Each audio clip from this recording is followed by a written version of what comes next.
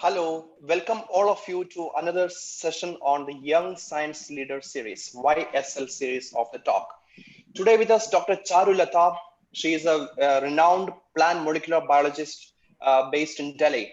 So she's right now serving as senior scientist and editor at CSIR NISC Air in New Delhi.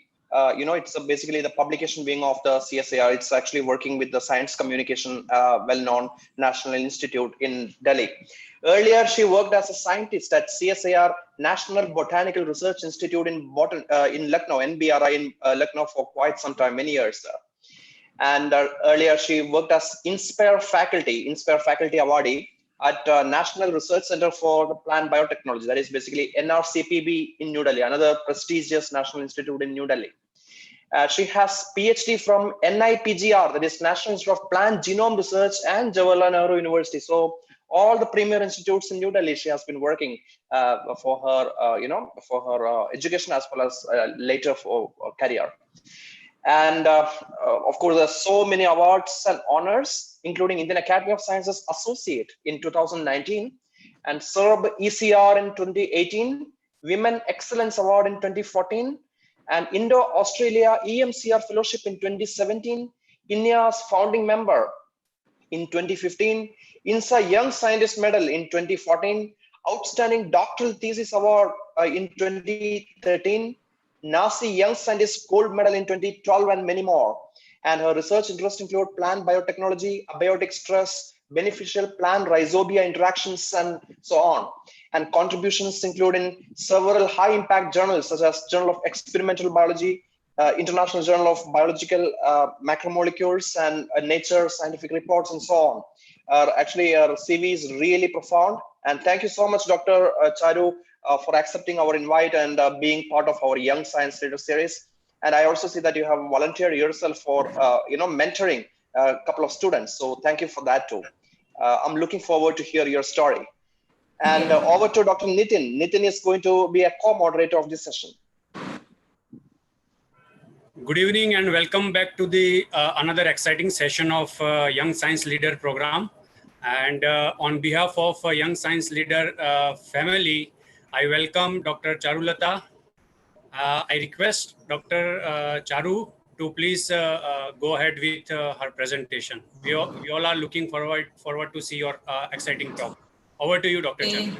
Thanks, Dr. Nitin, and thank you, Dr. Felix, for inviting me to the YSL and giving me this opportunity to present and share my thoughts with the audience. Dr. Felix already gave a very, overwhelming introduction. Thanks a lot.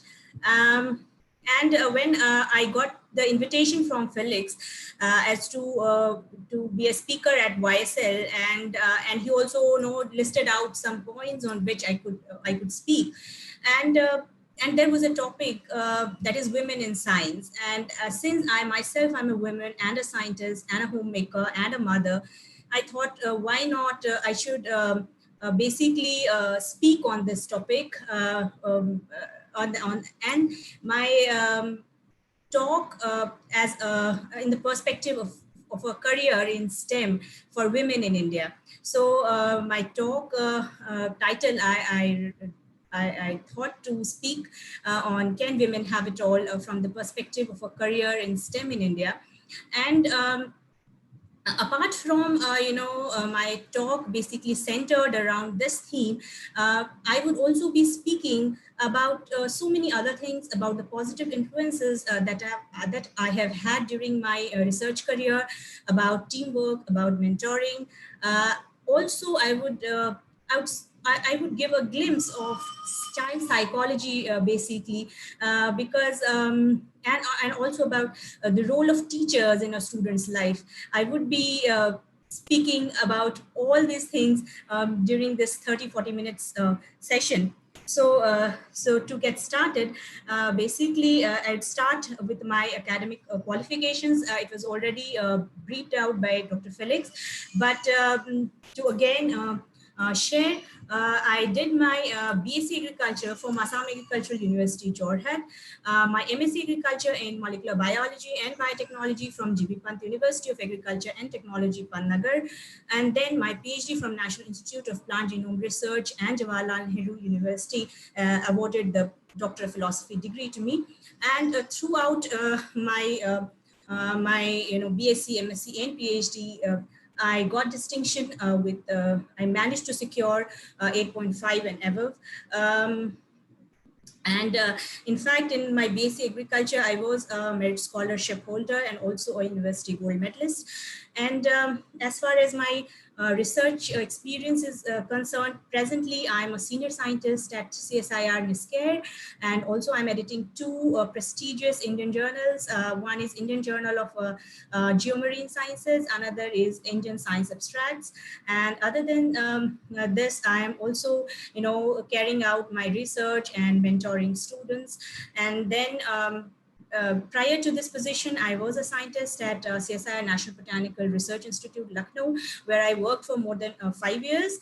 And then I was an Inspire faculty prior to that at NRCPB. There I worked almost close to 2 years. And my research interests include crop biotechnology, genomics, stress biology, genome editing, small RNAs, and beneficial plant microbe interactions.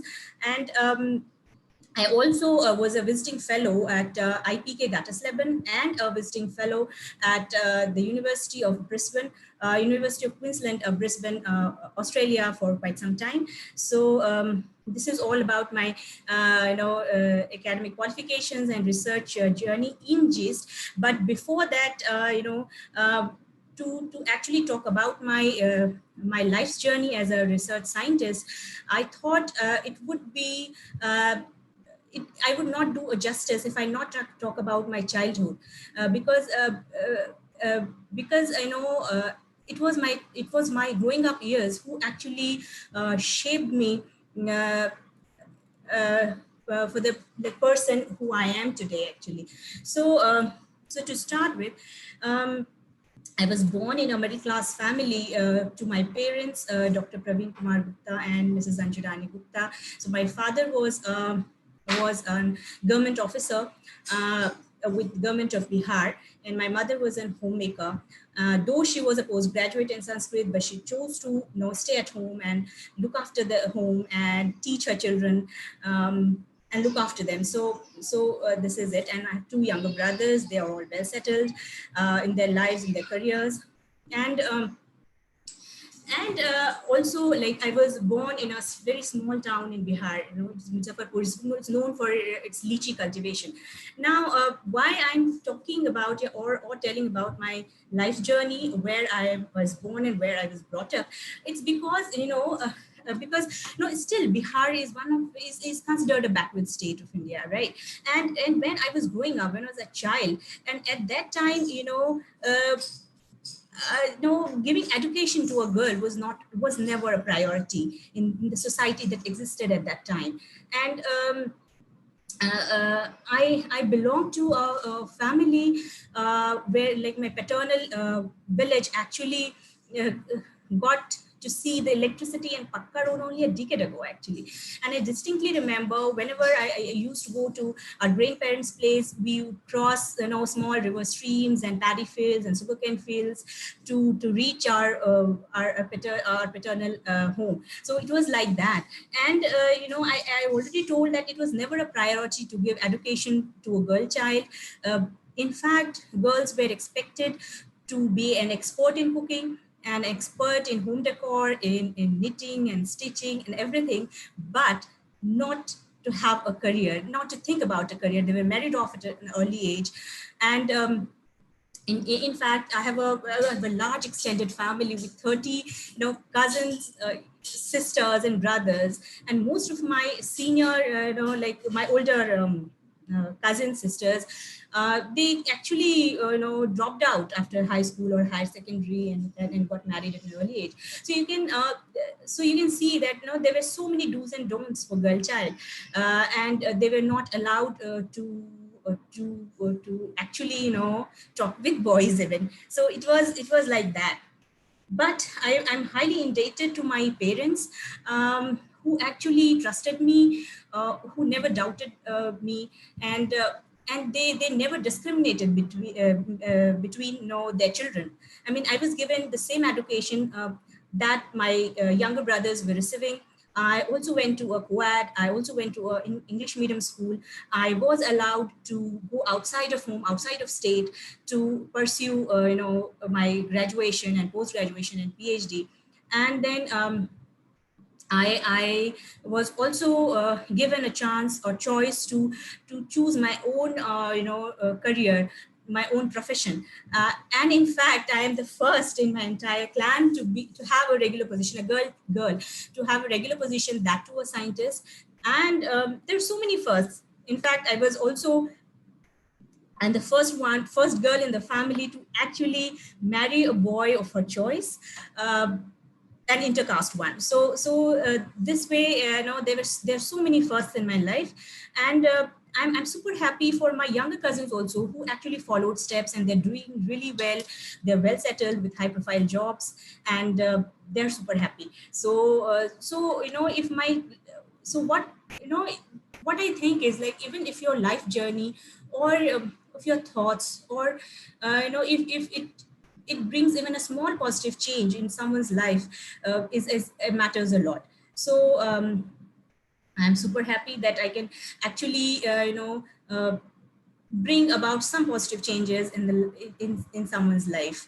I today also, I got calls from several of my relatives about the career career that can be that their children, their girls, their daughters can pursue. So that is important. So now again, coming back, when I was growing up, I was a shy and introvert child, but very mature and responsible. Now, why I'm telling you I was shy and introvert, because I think the environment plays a very important role where a child is growing up, in a society where girls were not allowed even to talk. And it was to boys, and it was like, they were always, uh, no other extracurricular activities. Only you have to study. If you're going to school, you need to study. So that kind of mindset. With that kind of mindset, I was growing up, basically. So I was good at co-curricular activities, but that was all related to academics, elocutions, debates, speeches. But I never played sports. Never ever played sports. So that, I think that was a demerit, or I should have tried. But at that time, during my growing up years, till my high school and higher secondary, I never played sport. So this was it. So I was good at studies, was meritorious, in fact was a high school topper. But then I dreaded mathematics, uh, and would manage to pass, basically. Now, why I'm telling this on this platform, because here I want to highlight the role and importance of teachers in their in the lives of their students. Because I clearly remember when when I was in standard 6th, actually, a new maths teacher came to our school. And um, and whenever especially any girl, would go and ask questions, to clear their doubts about any mathematical question, he would say, "What will you do by learning mathematics? You have to ultimately cook. You have to ultimately cook and look after the house. So what are you going to do?" And all this, and different demoralizing things, he would say. And that actually, I think broke my self-esteem. I never mustered courage to go and ask and clear my doubts. And there was again an unsaid pressure was there, that I cannot fail. No, I cannot fail my parents. I have to do good. I have to do good always. And um, and and that pressure, something that took heavy toll on me. And my grades never got good at mathematics till higher secondary. Though my father, till high school it was mathematics, but my father asked me to pursue mathematics in my +2 as well, and I had to take. So though I was interested in biology, but I had to study maths as well. Now, and this I'm telling you for a fact, that when I was pursuing my Bachelor's of Science, Agriculture at Assam Agricultural University, I know we had to study all a variety and spectrum of courses encompassing different branches of agriculture. And there we had 2 courses on agricultural engineering and 2 courses on statistics. And you won't believe that I topped all 4 courses with more than 9.5 CGPA. So at that time, at that point when I, recall, I, I, I, I realized, and it dawned upon me that that if teachers are good, if mentors are good, children can do wonders. How come I can score top marks in agricultural engineering and statistics and economic subjects, though I did miserably in mathematics during my school days. It's my sincere request to all the teachers who are right now in the audience, and all the parents also, please don't pressurize your child, and don't demotivate them. You have to be their constant inspiration, their motivation, and you should not, undue pressure should not be given on children. So this is it. And then when I was as far as my career is concerned, there was always a dilemma. You know what? At that time of point, we were not aware of so many career options. What today we have, and also there was an unsaid rule that girls will be studying biology and boys will be studying, mathematics and engineering. So it was a kind of if who are studying science. So it was kind of an unsaid rule, and you can say I also followed that, the herd mentality, the societal. I spoke to the societal and peer pressure, and I thought I would choose a medical profession, and I did appear for some of the medical entrance examinations, and I was offered a BMS, Bachelor of Ayurveda, and a Bachelor of Dentistry also, but I declined. I said, if I need to do, if I'm going to study medicine, it has to be an MBBS. Otherwise, I'm not going to study, because I really don't know what was at that time, what was going on in my mind. I was a teenager, and I had at that time no clarity. I thought to become an MBBS doctor, clearly, clearly understanding that I cannot withstand blood, not at all. I cannot see blood at all. But even then, I appeared for entrance examination, so you can understand the kind of pressure I was going through as a teenager, who was not sure of the career which I wanted to pursue. Then what happened? Then suddenly, someone told me about ICAR, that is Indian Council of Agricultural Research. So when I was filling up forms for medical entrance examination after a year, I dropped out actually after 12th for a year. So I also applied for this ICAR GRF examination, because I just it was like, if I cannot become a medical doctor, even then I cannot go and show my face to my parents. It has to be something. I wanted to do big in life, but what I was not sure of. So when I appeared for this exam, I qualified, and now this turned out to be a turning point in my life, basically, because I chose to study BSc Agriculture at Assam Agricultural University for 4 years. It was a 4 years course, and those 4 years were the most amazing and most nostalgic years of my life that I spent there. I have had the opportunity to study from the best of the teachers, and there was no pressure. I was allowed to be myself, who I am. I was I had no pressure to prove anything to anyone. I was there just by myself. I mean, and then I also secured a merit scholarship.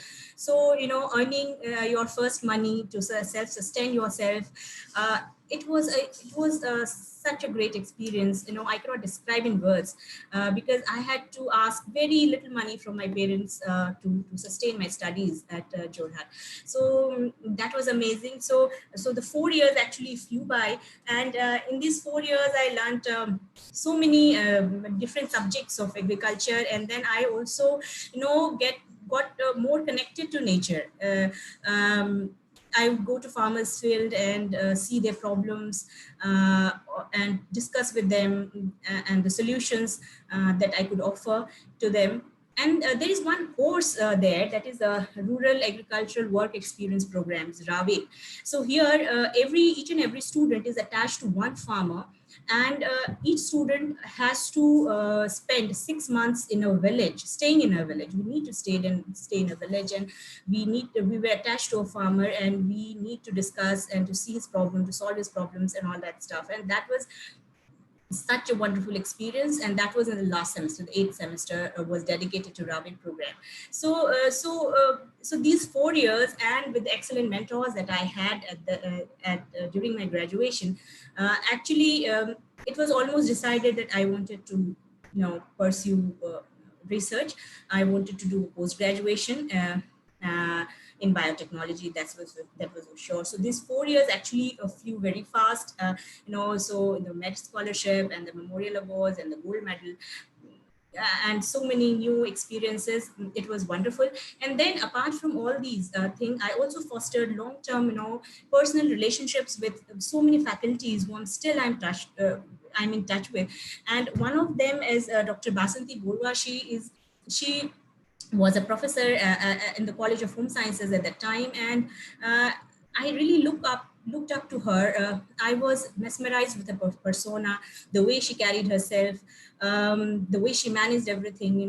Her husband passed away due to an accident, and then and her two sons were living away, and she was carrying herself so gracefully, and we foster a bond that's still continuing. We are more of a mother-daughter now, so that's beautiful. That's beautiful. So this is very important.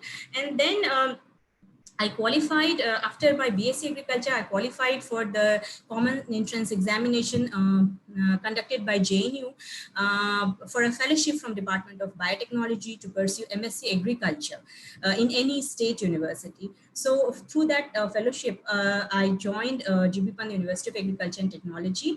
Though I qualified ICAR SRF also with a handsome fellowship at that time, but I thought to join Pantnagar. I declined the ICAR SRF fellowship at that time. So I joined the JNU fellowship, and I joined MSc Molecular Biology and Biotechnology. And then again, it was a one of a kind experience, studying at Pantnagar.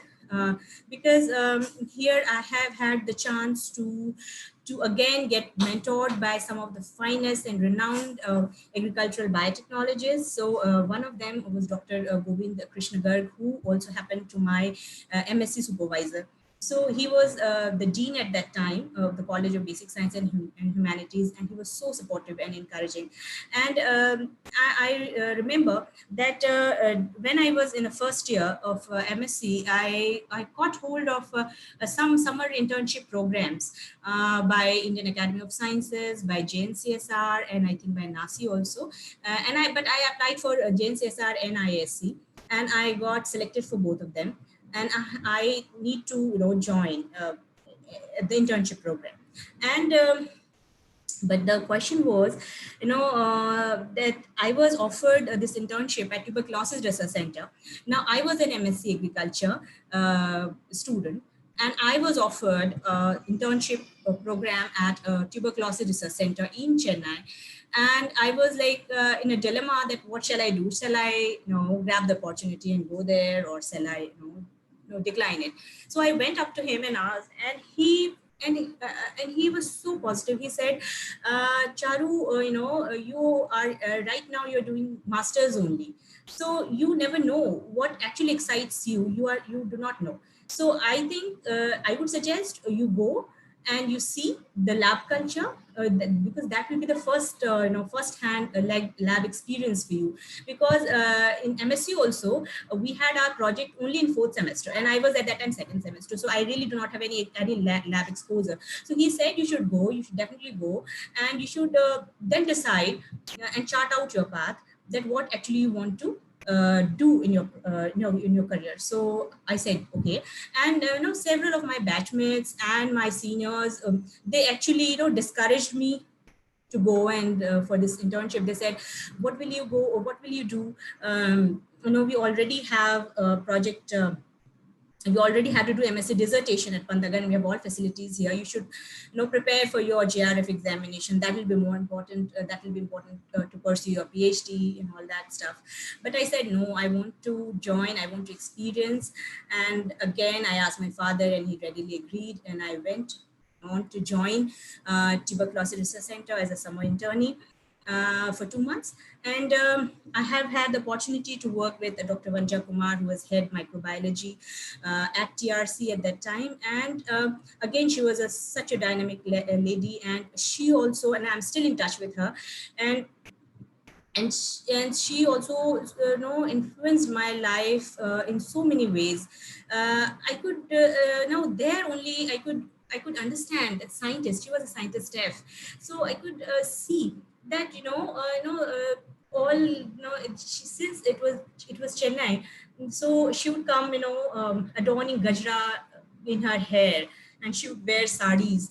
And I was just awestruck. I would just say, how come a scientist can have a personality like this? But whenever she talked, whenever she spoke, she had that command, that she has that grip in her subject area. So that really mesmerized her, and she was a powerhouse actually. So I really looked up to her also.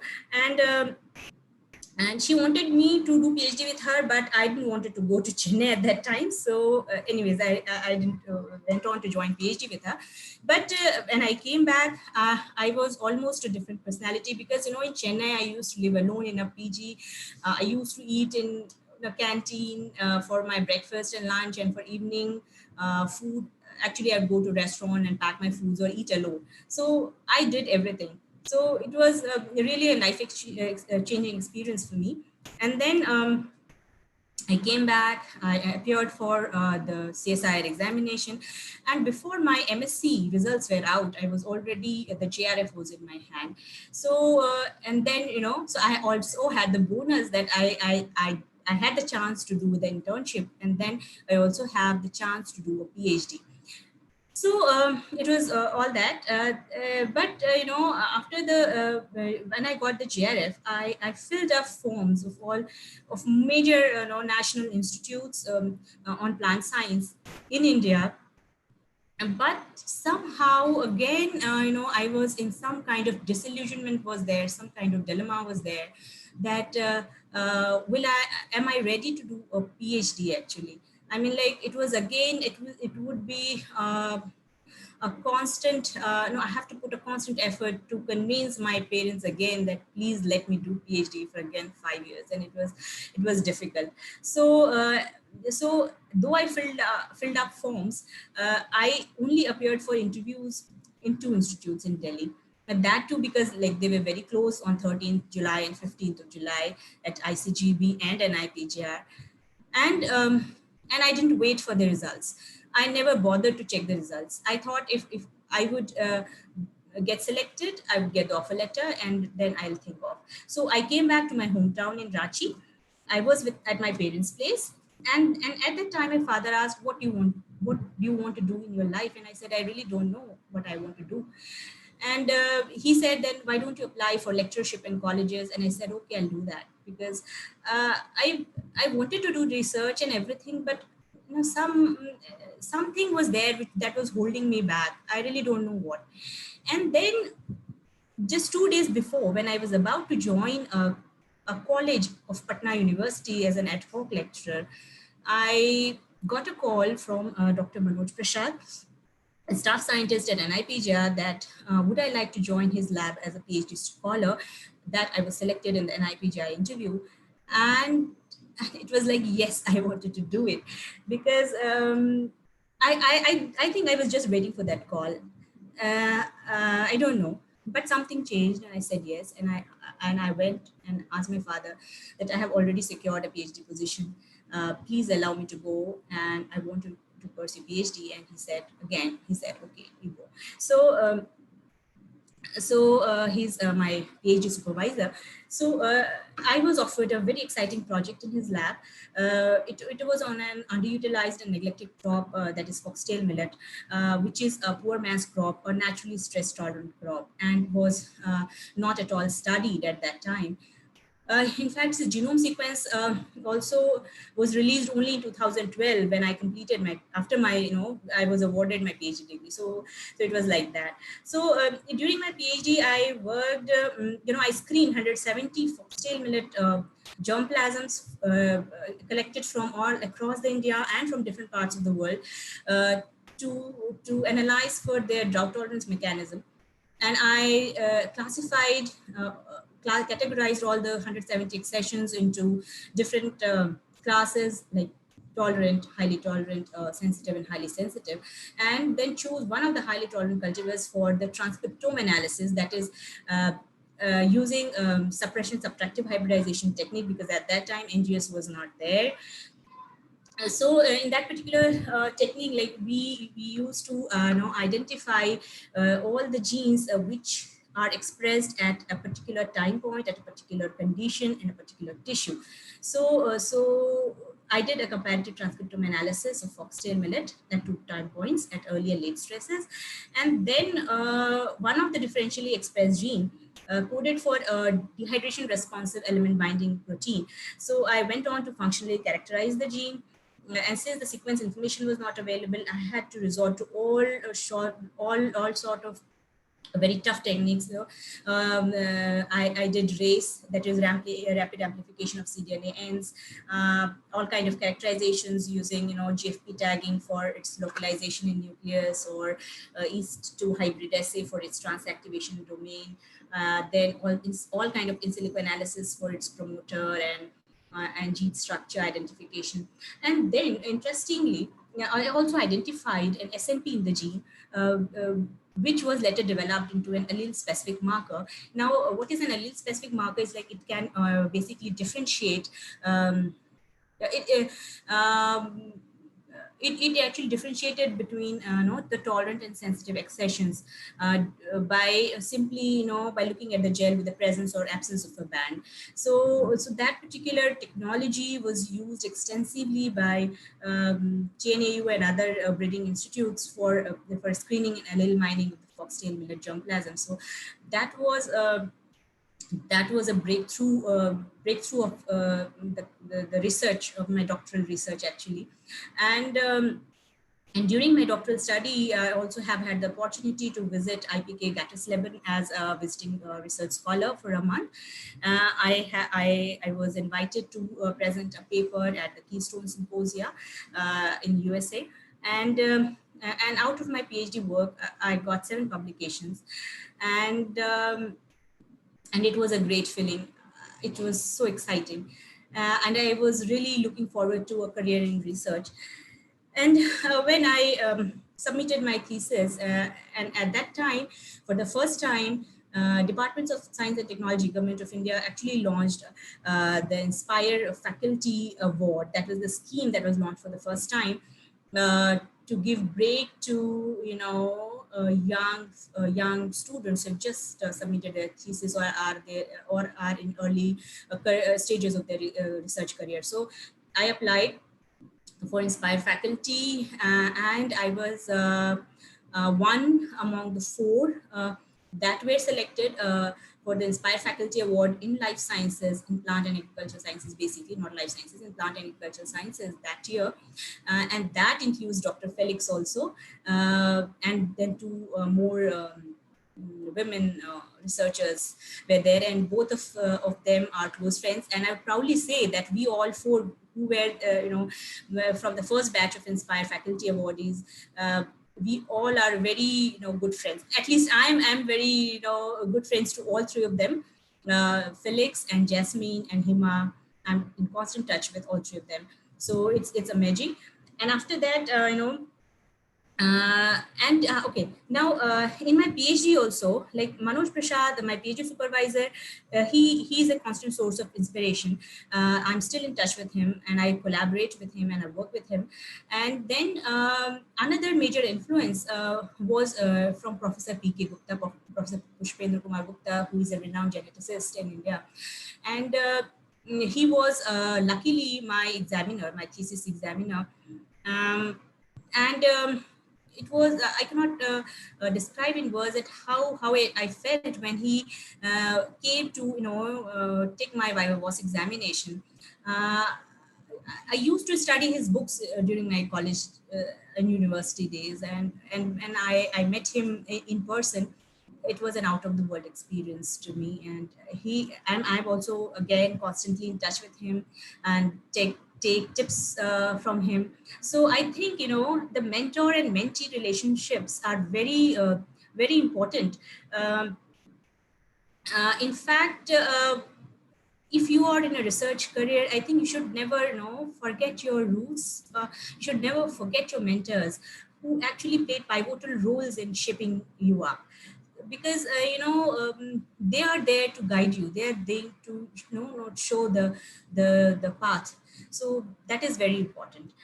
Now, after getting the Inspire Faculty Award, I joined National Research Center on Plant Biotechnology, another prestigious ICR institute. And my project was on transcript profiling of pearl millet under terminal drought stress and protein characterization of stress responsive transcription factors. Now, this project is very close to my heart, because it was my first independent role as a principal investigator.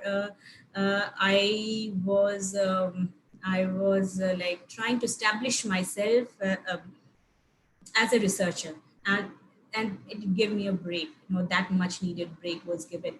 But then again, and this too, I got this without any postdoc experience. Right after my PhD, I got this Inspire Faculty Award. So that was another icing on the cake, you can say. And again, I had the chance to work with and to discuss with, to come in contact with so many renowned agricultural biotechnologists who worked at NRCPB at that time, including current DG ICR, Dr. Trilochan Mahapatra, Dr. T.R. Sharma, then and Dr. Nagendra Singh, who is presently the NIPB director. So now again, whenever I meet Dr. N.K. Singh, again I am so floored with his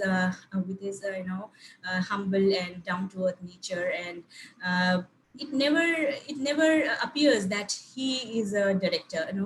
He still he so fondly and so affectionately meets me. So I'm really indebted to him, and in fact, after coming to Niscare, I'm still working with him on one of my projects. So I'm really grateful to Dr. Singh also. Then when in the meantime, like when I was an Inspire Faculty Awardee, right? I have a small family. I have a small kid at the time that was 2.5 months old, and I was living a happy life in the Delhi NCR. And then suddenly, again, a turning point came with and during this period, actually I got to so many awards also. uh, Best doctoral thesis award, INSA Young Scientist Medal, and NASA Young Scientist Award, and this is my team at IPK, Gattas-Lebanon. And then I got DBTRA, DS UGC, DS Kothari Postdoctoral Fellowship, and so many other travel grants and all that stuff that I received at that time in recognition of the work that I did during my PhD and as an Inspire faculty. And I was leading really a happy life, and then suddenly a turning point came. And that turning point was that I was called for an interview for a scientist position at CSIR in Lucknow. And initially I was reluctant to appear for the interview, but my husband insisted. He said, no, you should go, and you should appear for the interview. And I said, okay. And living my 2.5 months child with my mother, No, I took a morning flight and went to Lucknow and came back in the evening flight. So it was like that. But when I appeared for the interview, that was the most jolting no, the bigger jolt, you can say, actually I encountered during my interview in front of the selection committee, which comprised of all renowned plant molecular biologists of India. And apart from asking all the academics related questions, one of them asked, Charu, where is your husband based? I said he's based in Delhi. So what he does? And I said he's an advocate in Supreme Court. And he said, then how are you going to manage? Will you be able to join as a scientist at Lucknow if we are going to select you? And I said yes. And then you have a small kid also, and will you be able to do full justice to your role as a scientist? And so many questions I was asked, and I cannot describe the what I was going through answering to those questions. In fact, I was teary eyed because I never realized before that I never realized that being a woman is a hindrance. But at that particular interview day, that particular that 30 minutes when I was in front of the sitting in front of the selection committee, I had to answer all these questions which I never thought that I would have to answer to anyone, but I was asked to answer. And uh, and uh, uh, and only the lone women scientist in that panel, she asked me, Kicharu, if we are going to select you, you are not going to leave this job. You are going to join, and you're going to show everyone that you can manage everything, that women can do everything. And at that point of time, again, I realized, I thought that why a woman has to prove every time. No, I am a good at academics. I'm a good researcher. uh, I have got so many recognition from all the science academies of India. Then why at a job interview I am asked if I'll be able to manage my family responsibilities and my professional responsibilities with full honesty? And why there is a need to prove? Had I been a male candidate, I'm sure the selection panel would have never asked this question. I'm sure. So I realized that day that it's not going to be a smooth journey. It's going to be tough. It's going to be tough. But within 2 weeks, I got the offer letter and I decided to join, despite the fact that I had a small kid who was at that time when I appeared for the interview, it was 3 months and I was on maternity leave. So I extended my joining time for 3 more months, and I took my 6 months old baby and went to Lucknow to join as a scientist. And in a new town, in a new lab with a small kid to look after, and I know you have to prove yourself also. A lab has to be established, grants has to be secured to keep your lab running, the papers has to be published, students were to be mentored, and again and again I had to juggle. I have to juggle to strike that perfect balance between the personal life and my professional life, and that was so overwhelming. At times I thought that I would break. I won't be able to continue anymore, but I did because I got some of the best students who had again unflinching, who all extended unflinching support to me. So my students were there, and the lab became my second home.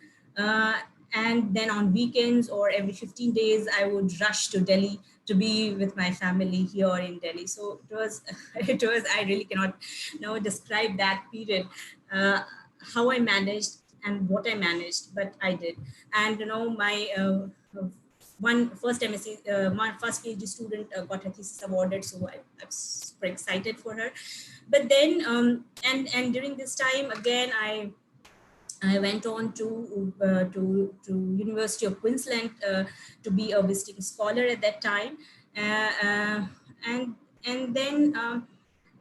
And when I came back, my son, who was until now staying with me, already got admission in a prestigious school in Delhi NCR, and now I really have to decide what I wanted for my life. I was sure that I do not want my son to uh,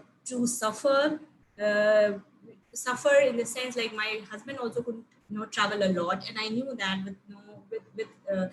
with every passing year my responsibilities both at professional and personal and is going to increase. So at that time, I was just thinking what to do next and how I shall be with my son, who was just not even 4 years at that time, and he was staying with his father in Delhi. And then again, I became a mom a second time, and I have the daughter my was born, and then it was final that I'm not going to continue like this. I'll definitely try for a transfer to Delhi, because I also thought that if I have the will to continue research, I'll do it. And when I applied for a transfer, again so many of my colleagues and my seniors who actually said that I'm sabotaging my career, I'm committing a suicide in my career by relocating to Delhi. You have already established a lab and you are getting good publications. You have secured so many grants. Why are you leaving everything after 5 years and going? I said no. I want to be with my family right now, because the priority you have to decide. So at that time, I prioritized my family, and I'm grateful to director MBRI at that time that he understood my situation and he forwarded my application. And again, I'm grateful to director Nisker, who actually accepted my application and asked me to join Nisker. So last year I came and joined Nisker, and it took some time to get accustomed to the working environment, because from a pure lab, I landed up to publication wing, publication house basically. But I was again very much fortunate that the director Nisker showed so much faith in me. And and during this time, I got so many awards and recognitions uh, from from uh, from prestigious bodies from the government of India during this time, during this 5 years actually. And one of them was to become a founding member of the Indian National Young Academy of Science. So that also actually changed my life, because now I could understand the importance and significance of outreach activities. And I tried my best to do justice as a founding member of INYAS too. So there were so many firsts, and then I came to Nisker last year, and then here again I said, as already I said, director Nisker, I was fortunate enough that director Nisker showed faith in me, and he allowed me to continue my research projects here, and also allowed me to actually submit new proposals, research proposals from Nisker. So once which I thought was impossible, I'm trying to get it possible at Nisker also. I'm trying to get it to get into the flow. It's difficult. It's difficult. It's tiring. It's tedious. But yes, I'm enjoying this phase. And at Nisker, again, a different, different, what say, different aspect of my personality actually carved out. I organized several events, which I never did early in my life. So organizing events and involving in outreach activities to school children, and then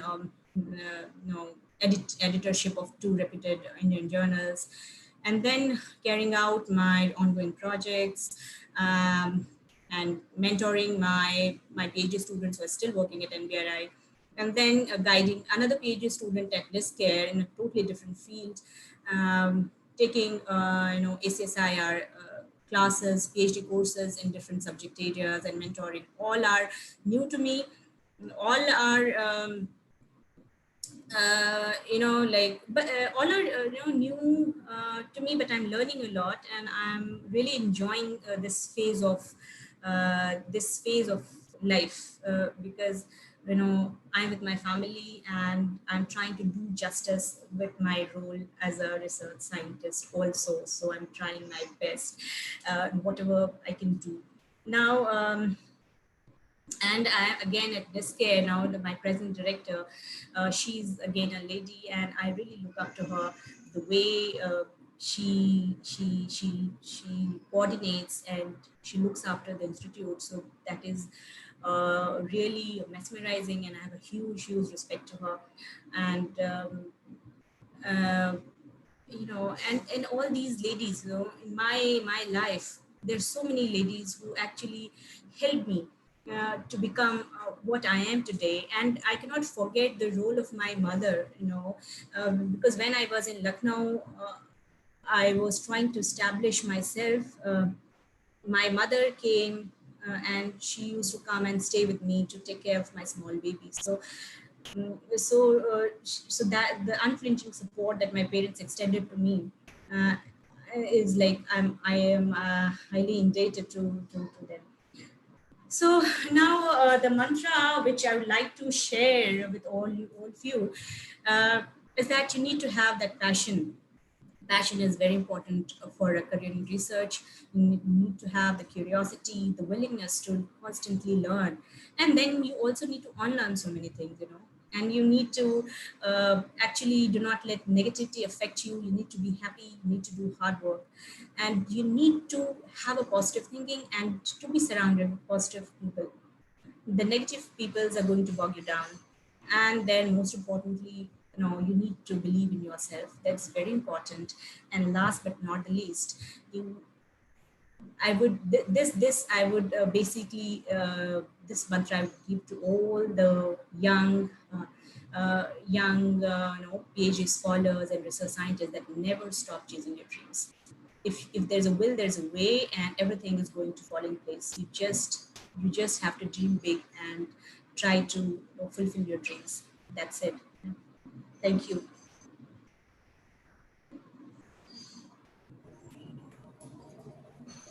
Yeah. Yes, Nitin. Nitin, over to you. You can start. Yeah. Thank you so much, Dr. Charu, Yeah, for thank a wonderful presentation. And we all are fortunate that we got a chance to hear from you. And I must say, I will start with the quote, "Nothing is impossible. The word itself says, I am possible." And I think you started from a very small town in Bihar, and today you are at a senior scientist at a CSIR NISCARE with several awards and recognition. I would like to congratulate you for this, and we all are very motivated from this talk. So over to you, Dr. Felix, to start. Yes, Charu. Yes, Dr. you. Charu, just amazing, really great presentation. And from first to last is full of energy, and especially I never knew that your Thank you. that childhood days. That Yeah. you said that you were actually from Bihar, in Yeah. a Bihari litchi growing town, Yeah. in a village, and then Yeah. the being bold is a great message. You were actually bold in your Yeah. entire life, even from the choosing the life partner, intercaste Yeah. marriage. Again, that is a strong Yeah. message that you are relaying. Yeah. I'm really proud Yeah. of you, friend. And Yeah. also choosing a career in scientific research, amazing, really amazing.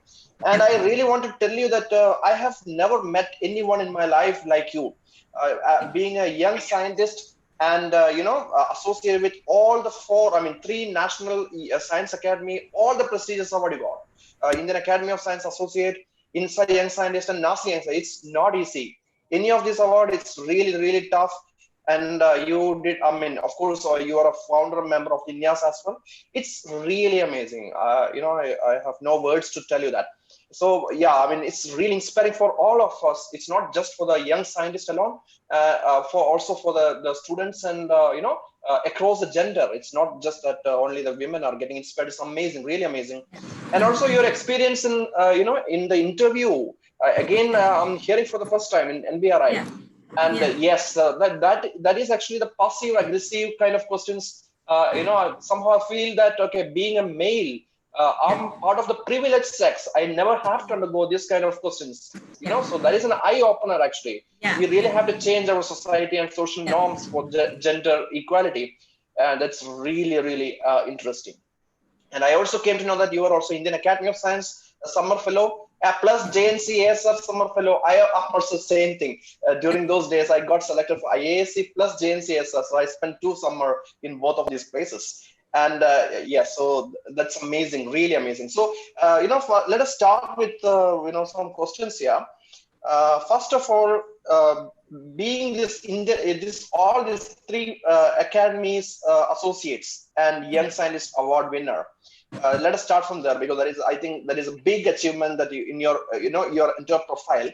And of course, the next step is, of course, becoming a fellow. I'm sure you're going to be in 1 or 2 years time. So can I you hope tell so. me can you tell us to the audience, so what are your strategies on getting selected as associate of Indian Academy of Science plus Young Science medal winner of INSA and NASI? So what actually made you to be special, to be recognized for all these 3 awards?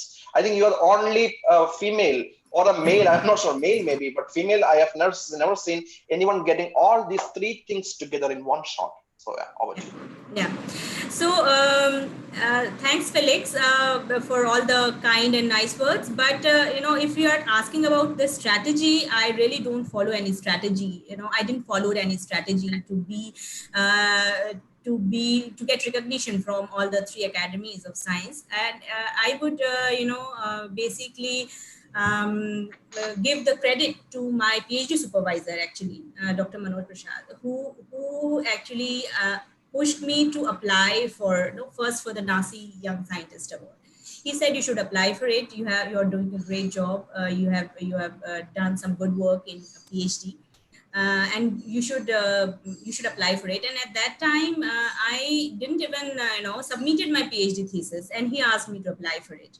So the mentor is so very important. I was not aware of the science academies and the kind of awards or the recognition they give to young scholars. But my PhD supervisor asked me to, and I applied. And the first attempt, like I was not called for. I was not called for. I'm not screened. But when I submitted my thesis again next year, I applied, and I was called for an interview, for a presentation, and I was selected.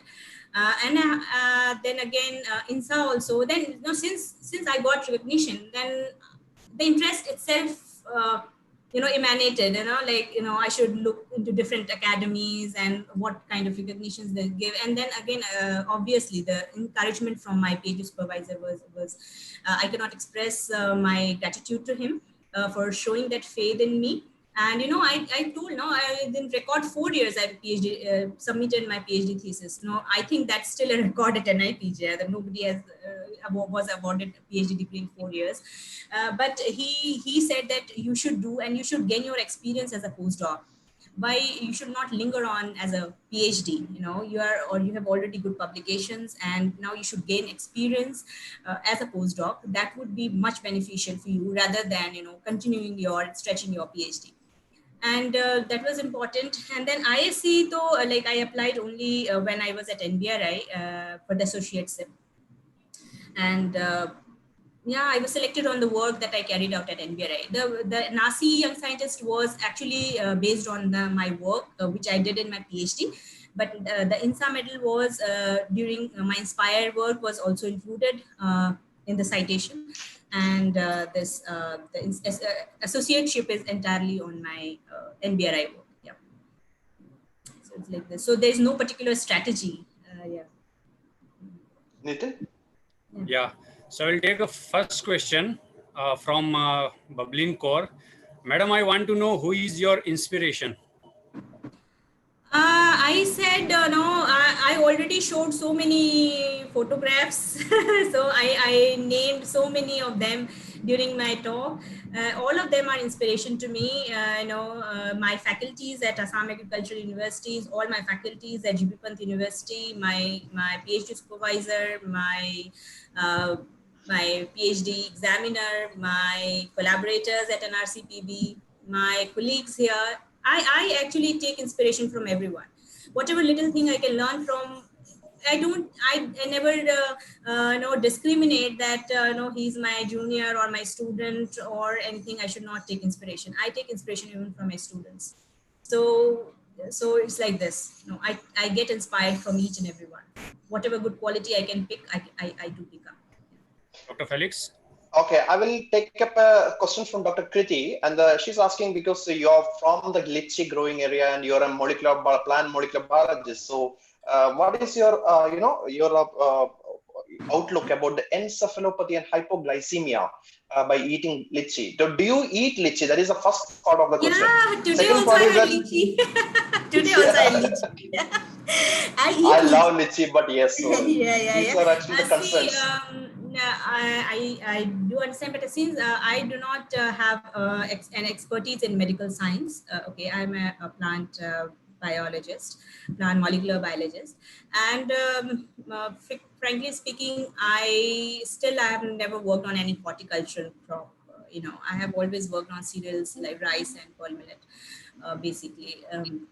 And on legume, on chickpea also. So I have yet not thought of basically working on lychee, but if some point of time, if I get a chance, I definitely give a thought. Yeah, but not right Yeah, now. and yeah, so her actually second part of the question is about millet. The animal, it's considered to be an animal fodder, but it's high in fibers and lots of nutrients. But people are not actually using that millet in India. So how to promote millets in India? That is the question here. See, millet promotion of millets actually will come from different levels. Not only government policies, but from the researchers also, because we need to develop uh, the improved cultivars. Okay, in millets.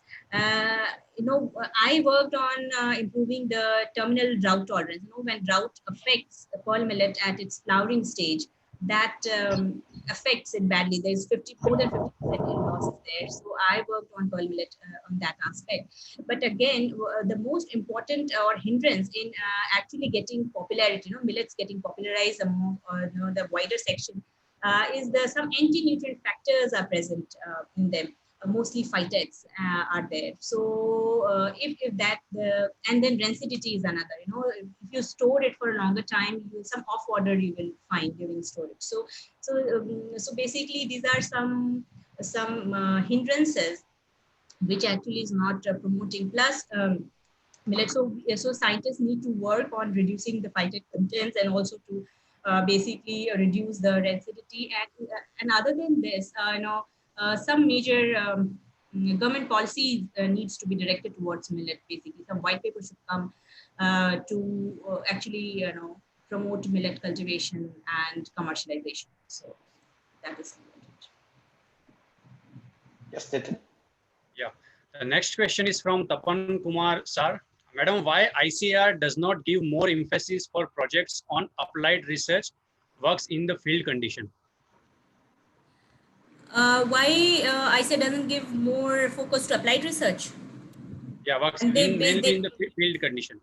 basically, see, ICR is a body, is an agricultural research organization. Okay, they have so many, they have their mandate to assist farmers, agriculturists. In every possible way. They are soil scientists, they're agronomists, there are entomologists, plant pathologists. So they all are looking into different aspects. And it's wrong that ICR is not focusing on applied research. It's wrong actually.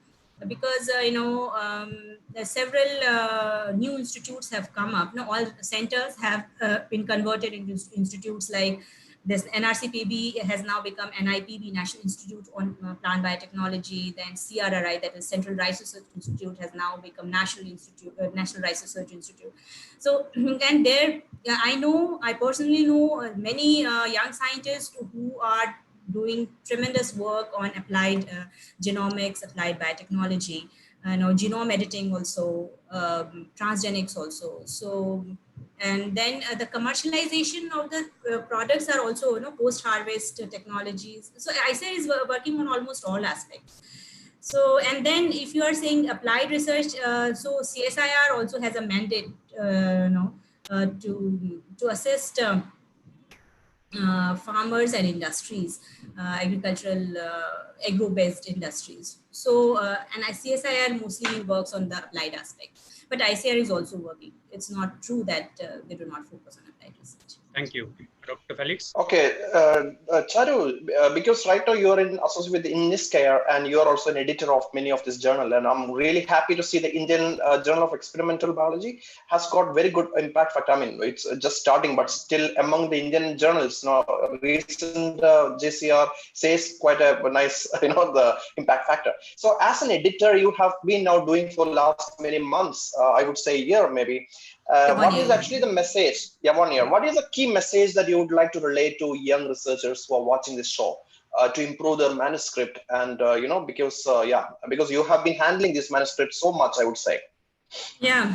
So one major problem, I would say, that I have encountered, when I'm going through manuscripts, the submitted and accepted manuscripts, is the rampant plagiarism. Rampant plagiarism.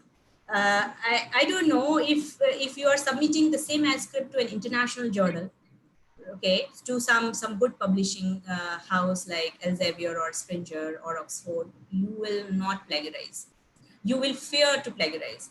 But since you are submitting it to an Indian journal, you never, authors never think to, quality check, do the quality check. They would, copy paste things and do. So when I took up the charge of one of the research journals, I started authenticate. And I do plagiarism check, and I give rejection letters outrightly if I find the copy pasted content more than 30%. Otherwise, I ask them to actually modify and then resubmit. So I encourage them to do that. So this is one. Plagiarism is one thing, and then. And if we, another thing is like the quality of the research articles, the Indian journals are not receiving. We are not getting the quality research work in Indian journals. Some byproducts of your good work, good research work, are submitted to Indian journals. So this I have observed. In fact, I myself, apart from PINSA, I also have not published. So this I admit myself, that I also have never submitted my manuscript to any of the Indian journals. But now I'm sincerely, thinking to, to contribute, to do, contribute in whatever way I can. So the quality in terms of plagiarism, quality in terms of content, and then one more thing, that's very important, that you due credit by the authors. What I have seen is the review stage is complete, everything is complete. Now at the proofreading stage or the pre-printing stage, I will get requests from the authors that please include this name, please include that name. So that is ridiculous, and I never agree to this, because I asked them to submit a certificate in the initial stages only about all the authors, and I never allowed to even add or delete or even reorder the names. Because what happens, the one who is first author, he would ask to reshuffle something to the last or something like this. I all kind of bizarre requests I'm receiving. So this is really sad.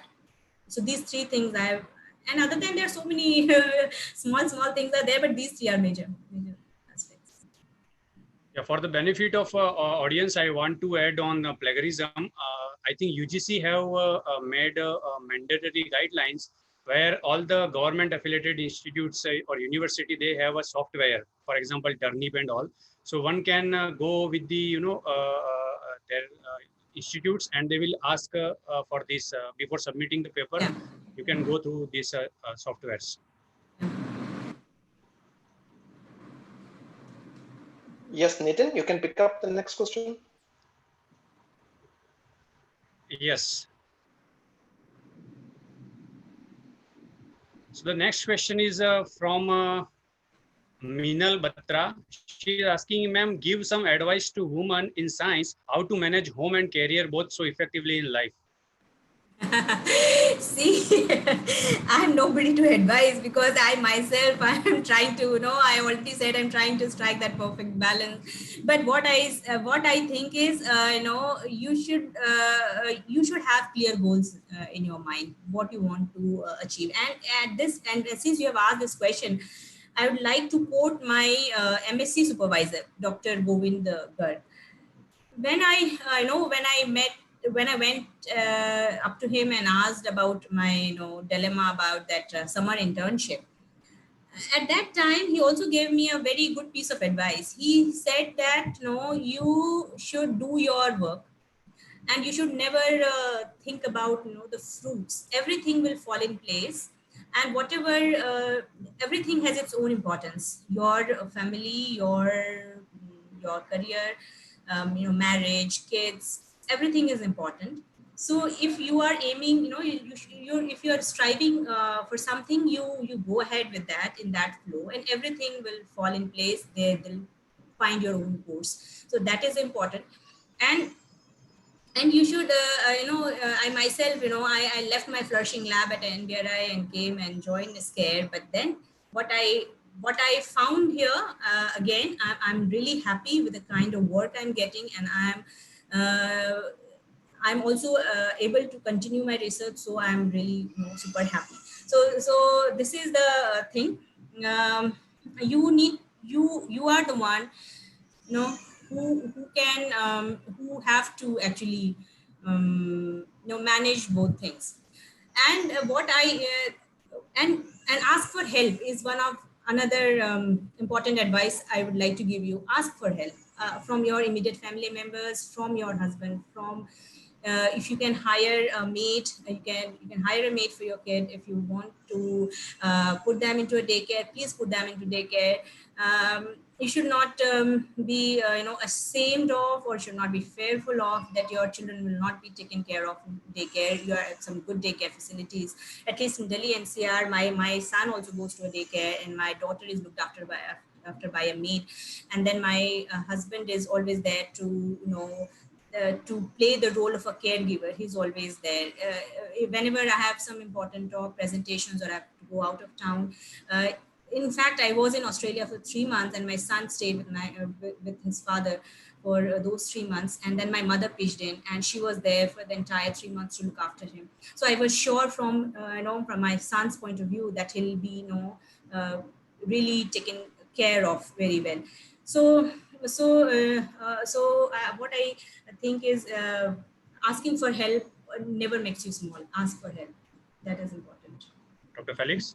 Yeah, so well, we have lots of questions, but as the time is already off, I would like to ask you one more last question, because you briefly touched upon while answering your last question. You were in Australia for 3 months. Yeah. EMCR, well, very prestigious Indo-Australian, bilateral scheme.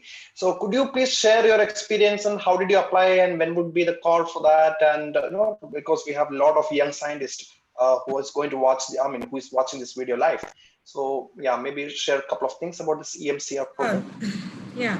So I already, as I already told, that I never had a postdoc experience. Okay, like right after my PhD, I got Inspire Faculty Award, and I was a PI at a pretty early in my career.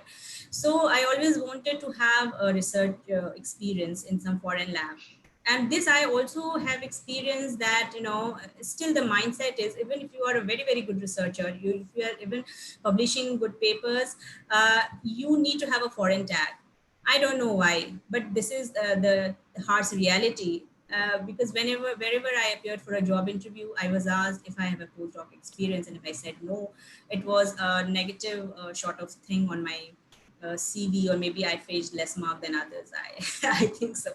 But anyways, but this is not the only point. What it was like, I always wanted to have a lab experience. Abroad, and I was constantly looking for some good postdoc opportunities. So there are so many Fulbright fellowships are there. You can apply for Fulbright fellowships. Then Indo-US fellowships are there. Then Indo-Australia fellowship, there are so many. Gold fellowship is also there, and INSA EMCR fellowship is there. So I applied for the EMCR fellowship since I was also an INSA young scientist. So applied for this fellowship and I was selected.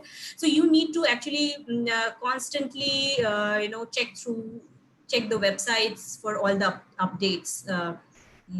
For whenever the calls are coming, calls are, the closing dates, you need to be very much, what today, keep track of the dates actually. And then you need to apply well within the time, and then you need to have really some good recommendations. That is very important because any foreign institute or university actually looks for a good recommendation letter. So that is very important. So you should have a good recommendation, and then the project. Project is also very important. For a good project, either you should have something in your mind which is related to the work you are doing, or it's better if you can align your work with the mentors, the foreign mentors lab. So you can align your project proposal accordingly, so that it's easier for you to get accustomed into his or her lab, wherever you're going and joining. And of course the proposal should be good, should be achievable. If you are applying for a 3 months fellowship, it should not be like 6 months. It should not be like that. The objective should be well defined and achievable within the time frame, because there are so many visa issues and other issues are there. So it has to be time bound and achievable, and of course good, and then relevant to the topic, to the area, and the importance of the subject. And then recommendation letters, and then once you're screened, then everything is like all paperwork is there. So yeah. Okay, This is so I will have a last question, most probably. Sushruti is asking, according to you, why Indian journal doesn't have very high impact factor? And the subsequent question is, ma'am, science is for all, then why they ask money to read their research article? See, all Indian journals are not asking money. Okay, at least NISCARE journals, they're all open access. We do not ask for any APC. We do not ask for any submission charges. It's all free. Now, some foreign, some good publication houses are charging APCs, but the thing is, they are making it open access immediately. So in that way, you will get a lot of citations on your published work immediately. If you opt for the APC. If you do not opt for APC, it will be like conventional mode, and then like you need to subscribe and purchase the article and all that stuff. So it has to be through institution mode. So it actually delays citations for your work sometimes. So this is the thing. And now I cannot comment on the kind of APCs, the charge, but usually good journals also waive off. They have waiver policies are there. If you have genuine requests, they usually waive off a lot. So this is there. But as far as NISCARE journals are concerned, we do not levy any charge. And your another question is like, why Indian journals do not have good impact factors? So the thing is, again, I already told, we do not get quality works submitted to Indian journals. If good quality works are published, which will be cited more and more, which will have wider citations, wider publicity, definitely the citations are going to be happening. Dr. Felix? Yeah, yes, it was really fantastic, Charu, and yes, amazing. We still have a lot of questions, and I'm really happy that you're also part of our Facebook group. So, the participants can interact with you more because we have already almost 1.5 hours. Thanks a lot, Dr. Charu. It is amazing. I really enjoyed this session, and yeah, it is really, really amazing. And I'm also happy that you're guiding some of the interns here. And I also got one email yesterday. Yeah, it is from Indian Academy of Sciences. They have a new program called Vigyan, Vritika. Accelerate Vigyan. That is also a very interesting, research intern program. Yeah. So it is, SIR program. So yeah. So I'm really happy for you. Yes. Thank you so much, and my best wishes. Thank you. I'm already, guiding 4 internees right now from different programs. For YSL, actually, I chose 2, but only 1 responded. So right now I'm only 1 is interning with me. But other than this, I already have 3 internees from other programs, from CSIR, SRTP, from Inyas Karya, all are there. So I'm trying to find out time to interact with them every week, but I'm taking help from my students to actually get the work done. I see. Fantastic. Okay. Thanks a lot, Charu. So with this, I will conclude this session here. Once again, I would like to thank Dr. Charu for inspiring talk, and see you all, and eagerly waiting for the next week talk. Over to you, Dr. Felix. Yes, yeah, thank you all. Thanks, Dr. Nitin, as well, because you were there with me for the last 2 days. So yeah, goodbye all, and I will see you all next week. Till then, yeah, see you all. Bye-bye. Enjoy your week. Okay, bye-bye. Bye. Thank you, Felix. And thank you, Dr. Nitin. Yeah, welcome. Thanks, everyone, for listening also. Yeah, thank you. Thank you. Bye-bye.